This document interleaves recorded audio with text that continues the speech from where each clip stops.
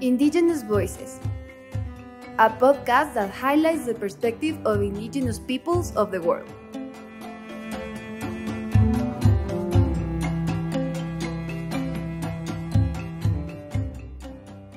Welcome to the 5th episode of Indigenous Voices, a podcast produced by the FSC Indigenous Foundation. On this occasion, we will be talking about the situation of indigenous peoples in Asia, the main challenges that they face to secure their land rights, the involvement of indigenous women and young people in this fight, and how traditional knowledge can help to fight the crisis facing humanity. Today, we are joined by Su Hsin, Indigenous woman leader and human rights defender of the Papora Indigenous Development Association from Taiwan. Su belongs to the Papora indigenous community in Nam To County in central Taiwan.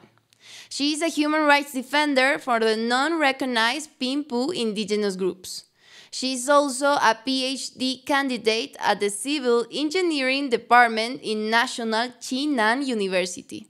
She has been engaged in programs related to sustainable development goals, land rights, disaster management, and climate change with indigenous groups, local government, indigenous NGOs, and Taiwan Youth Climate Coalition.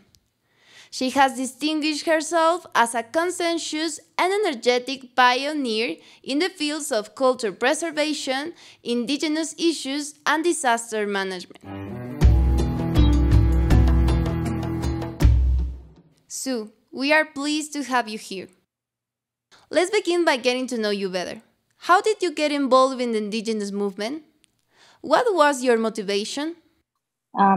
About this is a very long story, but just in short, because when we talk about the preservation of the indigenous culture and knowledge, sometimes when we talk about this, it's really necessary to keep people alive.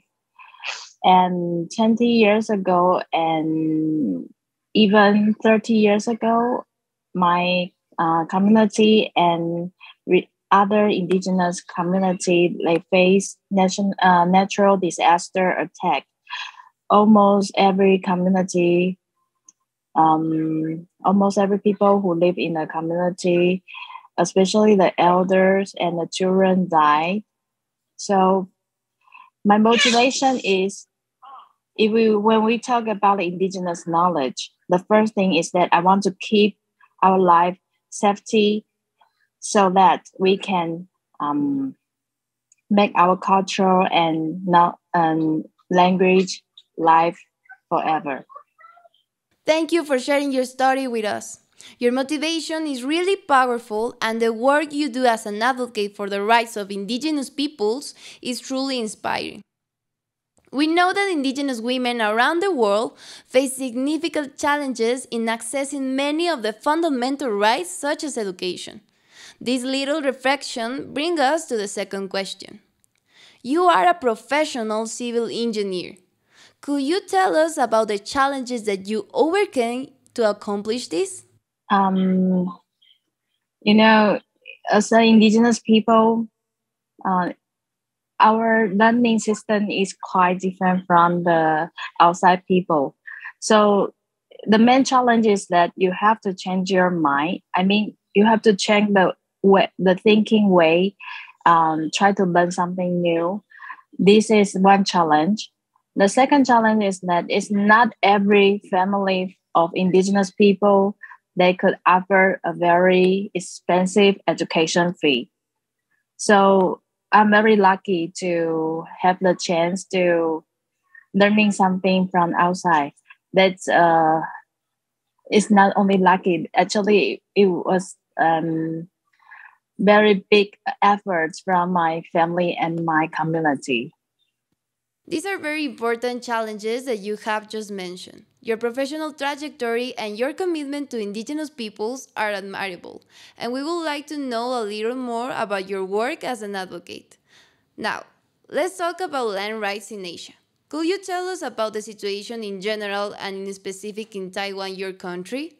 How are indigenous peoples fighting for them?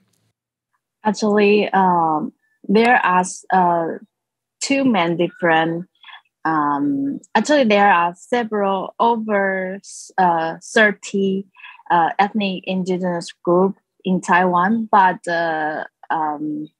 due to the colonized government, they have several government methods. So they separate the indigenous people into two different groups.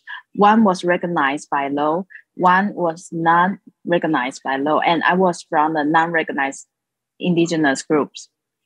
And so it means if they doesn't recognize us as indigenous people, it means we don't have the right to claim this is our traditional territory. So mainly those non-recognized groups, they are from the plain, the lowland in Taiwan. But those places are the capital, city, town, something. So there are a lot of cases like den cases, like the den grabbing.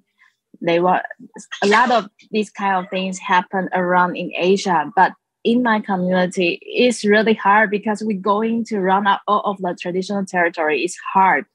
We cannot say this is our ancestor then. We live here for 1,000 years, but now we only can have some people, maybe they have the capacity, they can have one house. But some people almost run out everything. They have to leave our community because they need to work in a city just for one cup of the rice, water. This is very sad. Yeah. How would you describe the involvement of indigenous women and young people in this fight? Why is it so important that women and young indigenous peoples join in this fight for their rights and the rights of indigenous peoples? Mainly indigenous woman is the key person of a family. Not only they take care of the land, the environment, even the water resources, but also every person in the family. So that's why we call the language is mother tongue. So it's really important to keep our indigenous women in safety places. It means we keep our culture and life can remain forever. And then when we talk about the children, if we don't have any spaces for children, we keep them in safety. We keep them feel not hungry. We keep them feel something interest and want to learn something more. Then we cannot let the group, our indigenous group, strong forever. So when we talk about those two important rules in our family, it's really, really want everybody to keep very high concern about them. We have to know what they want and what they're going to do and what is the challenge they are facing now. If we are ignore their voices, then how can we call a family, a community, and group is completed? Is complete? Yeah. Despite their contributions, indigenous women and youth face many challenges, and it is important to continue fighting for the full recognition and respect for their rights. Su, changing the subject. It is well known that extreme atmospheric phenomena frequently hit Asia.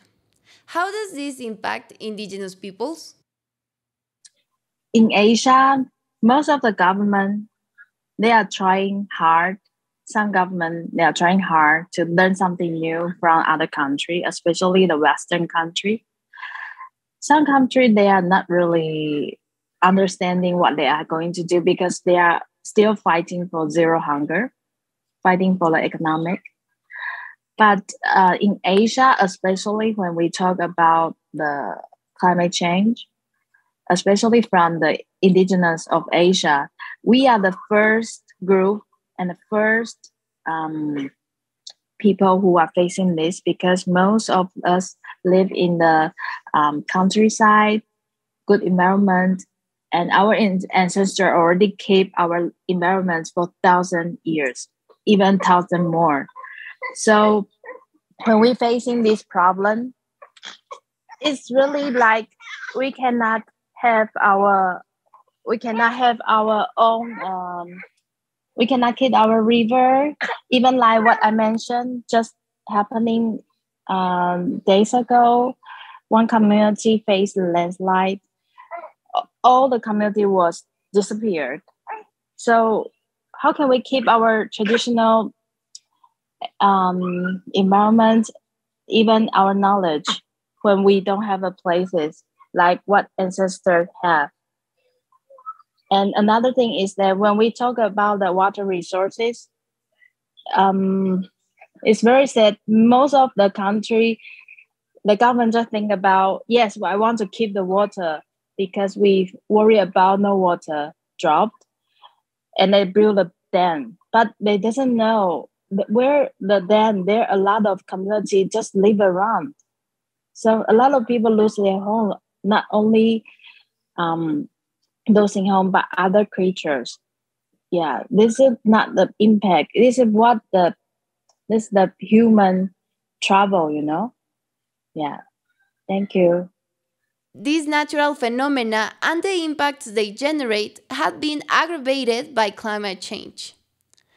As a professional that uses creativity to solve everyday challenges, tell us your view about how indigenous peoples could live and adapt themselves to face the impacts of climate change. For example, like my community, we faced the disaster more than 30 years. Used to, we don't have any tool, even something is over. I mean, the things is over our imagination. So I have to thank the elder of my community. They think very deeply. They sell a lot of land, their personal land. Even they eat very less, just want to earn money for some of the young generation in my community go to school. They think if there was somebody who can be the bridge, they know the indigenous knowledge, but they also understand what is the outside knowledge. I mean, science or lectures.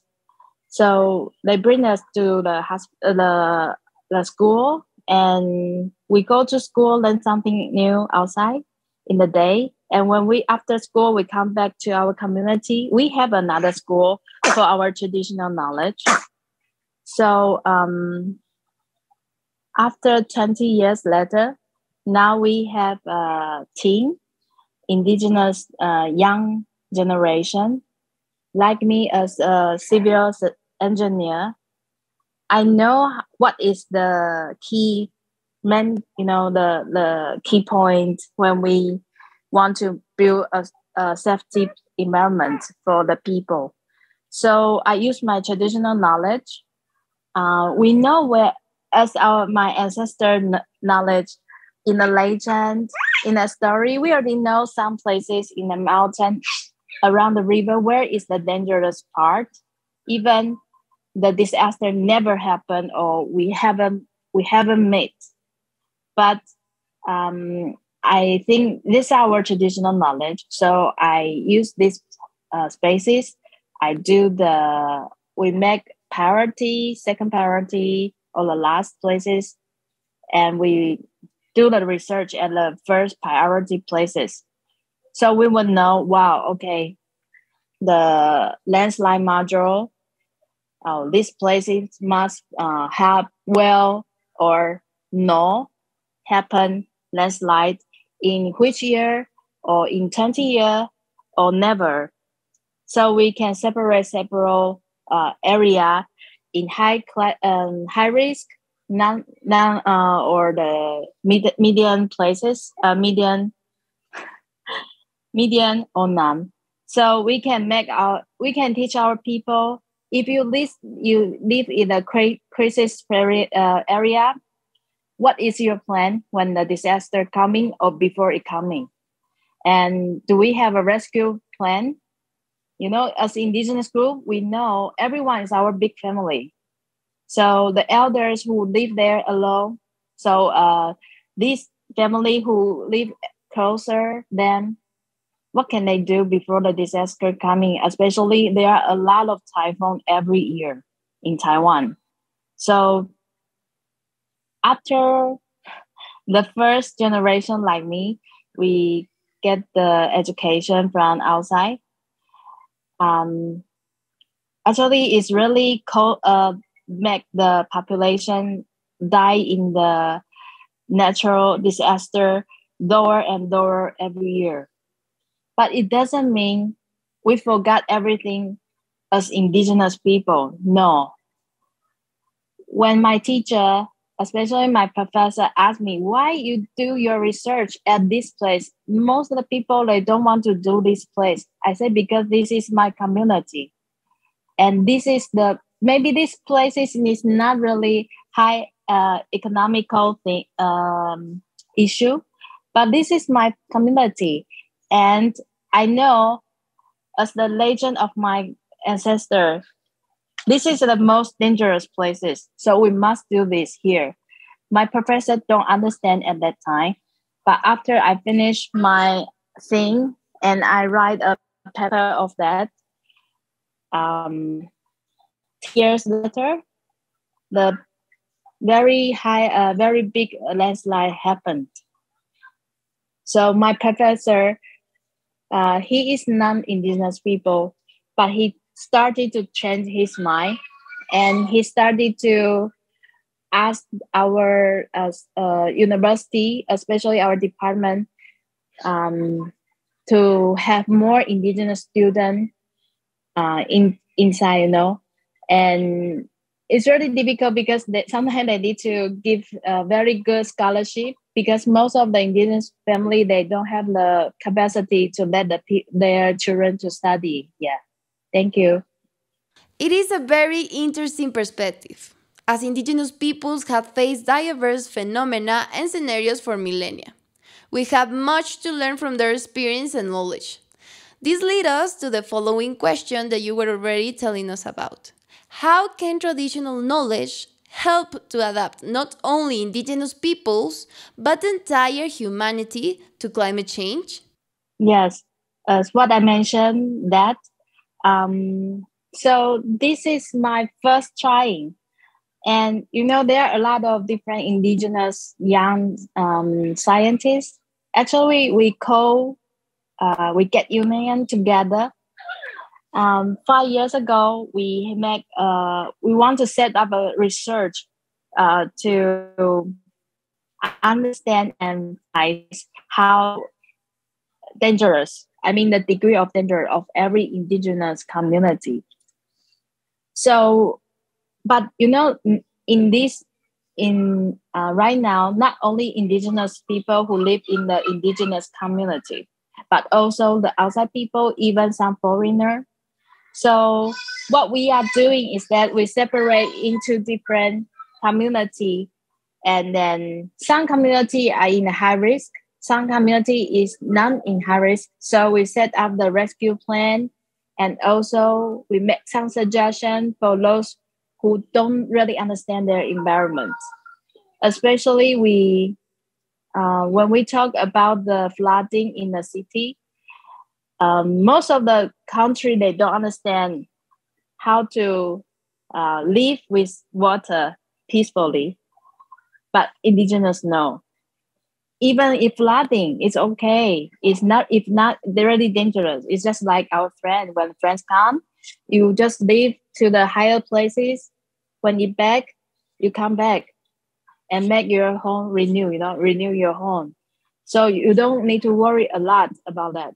No, but we have to keep when the flooding when the flooding disappear, you have to come back home, clean not only your home but also the environments around, because we worry about the disease and other things. This is also the spirit, the value of indigenous people. We take care not only ourselves but also other people around. So we make this thought to broadcast this thought to everyone related to us. This is another change for us. So the people started to look upon, started to look at different side of indigenous people. They used to think we are stupid, dirty, lazy. No, we are not. They started to change their mind. They started to know who we are and how is our true heart to keep good environment with others. Yeah, thank you. The unique nature of traditional knowledge held by indigenous peoples and their approaches is of a great importance and value in adapting to climate change. However, this knowledge can also help us to address other important issues. Following the same line of questioning, we would also like to know how does traditional knowledge contribute to solving other crises faced by humanity? In this case, the health crisis caused by COVID-19? Yeah, when we talk about COVID-19, I really want to share the traditional knowledge of my grandma. When the first time actually this is all the people face COVID-19 in the first time. But a lot of people don't know what to do, even the country, even a lot of scientists. They are still trying very hard to fight with that, even in my community. But we are lucky because my grandma, she is a priest and also she is the traditional healer. And the first thing she know, okay, you have to keep every place is very clean. And you have to, we have some traditional herbal medicine, not herbal medicine, something we can drink or something we can spray around our environment to keep the virus or the bacteria die. So she asked a lot of indigenous women around in our community go to the mountain area to collect related herbal, and then they come back to community. We have a community meeting together, the men and women and children. If you are free, you just come, and then we set out the rule. If the people who want to outside people want to come to our community, you have to show your identity. So and tell me why you come here. So the mama, so we can have a guard to come through the people, outside people to come. And then we clean out our environment. I remember third time in one day. And then we ask everyone need to clean your body, your hands by our traditional herbal medicine. And then it's very lucky if you visit, have you have a chance to visit China or Taiwan or Malaysia, you will know we have the traditional doctor. And some of our indigenous people, they study for the Chinese doctor. And they found our traditional herbal medicine combine some Chinese traditional doctor's medicine. Something is really good for the people who got COVID-19. And this and this medicine was we are not only used by ourselves, we share to others. So many people know, this medicine very good, so they make into the tea. So we have the prevent COVID-19 tea recently in Taiwan. This is also our traditional knowledge, and this is a way how we face the impact of it.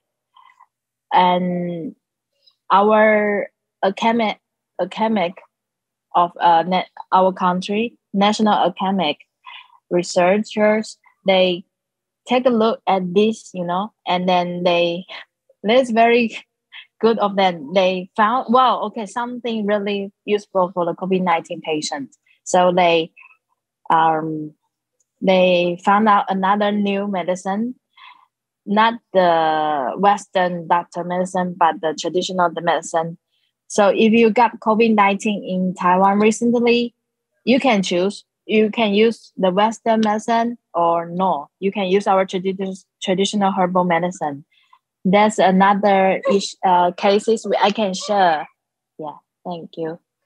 Thank you very much for sharing your thoughts with us. We are sure that these ideas contribute a lot to the creation of sustainable solutions that allow us to face these problems.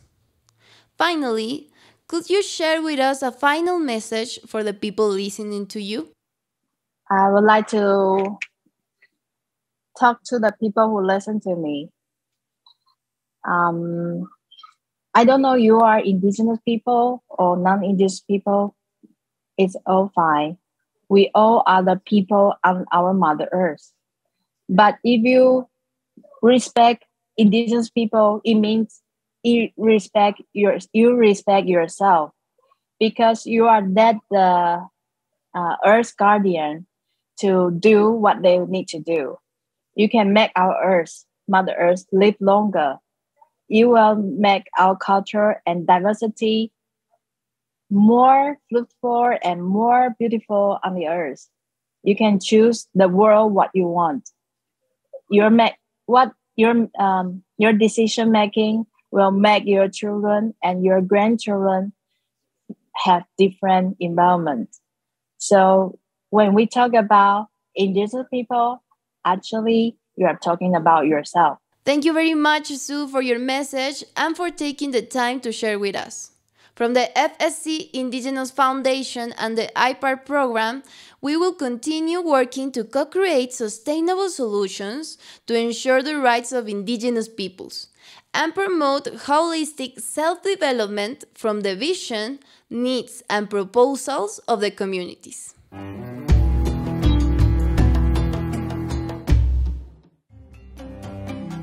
We invite you to listen to the next episodes of Indigenous Voices, a podcast that highlights the perspectives of indigenous peoples worldwide. Don't miss our next episodes.